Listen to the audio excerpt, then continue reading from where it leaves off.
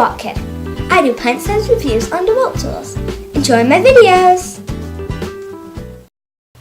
Hi everybody! Today we're talking about these two circular saws. Both of these saws are 60 volt and take the flex volt batteries.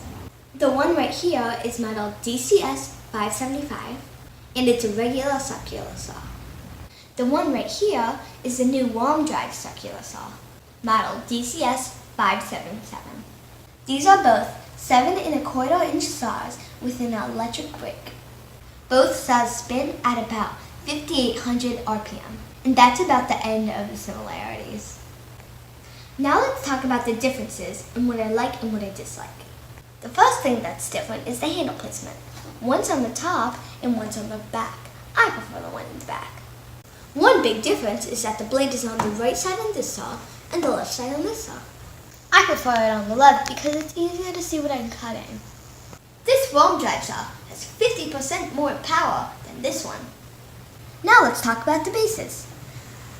This one is thin and wide, and this one is heavy duty and narrow.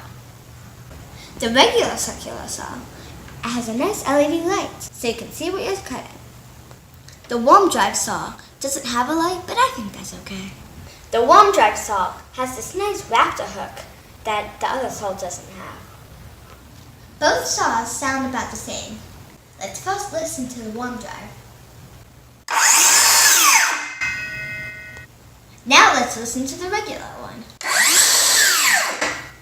They both sound about the same.